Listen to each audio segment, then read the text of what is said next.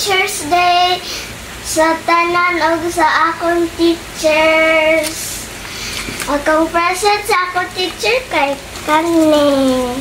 Mga flowers i-made. Ma-appreciate pa nato kung kihimo nato, guys. Nice kayo, guys. Easy man kayo ni guys. Bye, guys! Hi! I-give me na ako sa akong teacher. Cute tayo, guys, no? Mga to na me. Bye! Happy Teacher Day sa tanang mga teacher o atong mga hero sa atong kinabuhi. Atong mga teacher mo ay nag-guide nato para maabot nato atong mga unsa atong naabot karong panahon na. Mong salamat kay ninyo sa inyong mga sakripisyo na inyong dihatag kanamo sa among pag-eskwela sa una hantod ng graduate mi mga teacher. Salamat kay ninyo.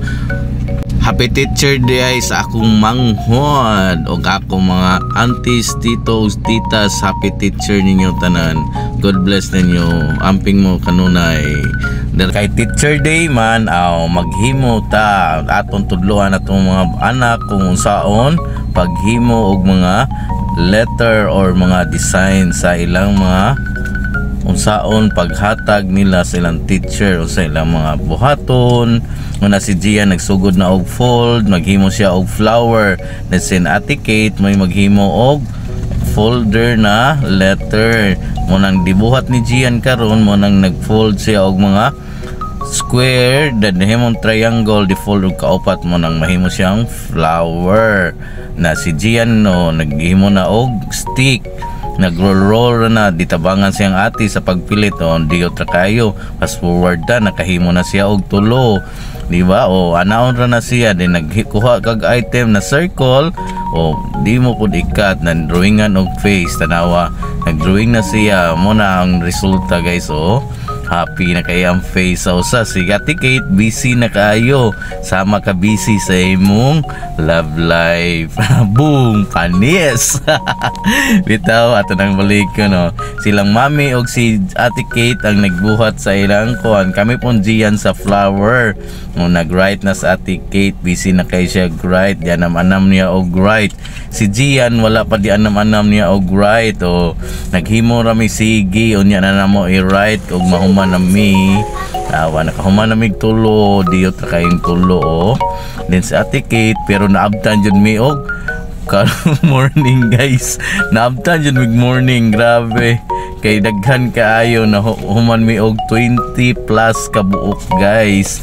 O si Gia nag-write na pud siya, guys, sa iyang para sa iyang teacher. 3 ra ka book yan nitagaan kay 3 ra man yang teacher. Si Kate 13 ba to or 17 ba to yan dihatagan.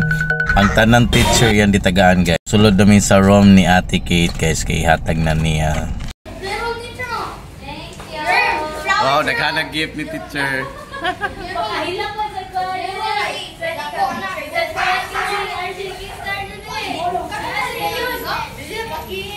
Thank you.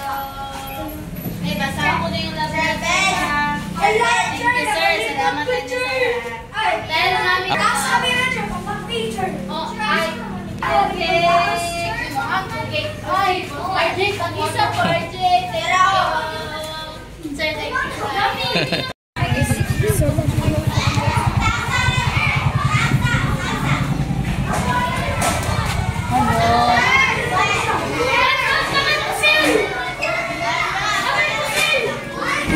Sud na dito.